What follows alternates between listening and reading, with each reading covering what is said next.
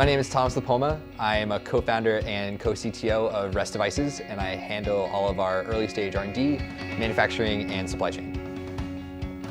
Rest Devices is a startup out of MIT. We make the first of the connected nursery products.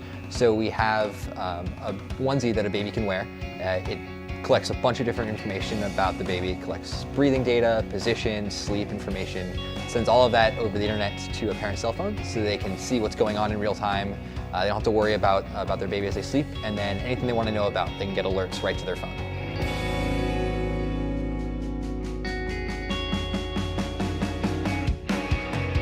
At Rest Devices, we're a really small team, but we do everything ourselves and we do it really quickly. So everything about the Mimo monitor is actually built and manufactured in the US in New England, but then also we do a lot of the engineering and manufacturing here.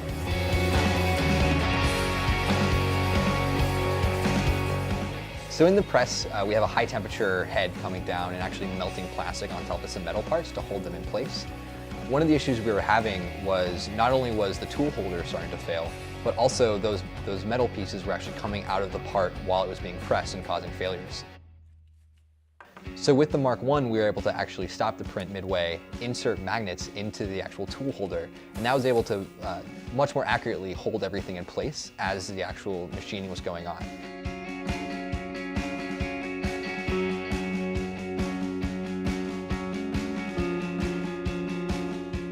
We were able to prototype and iterate on some of our designs much faster than we would have been able to otherwise.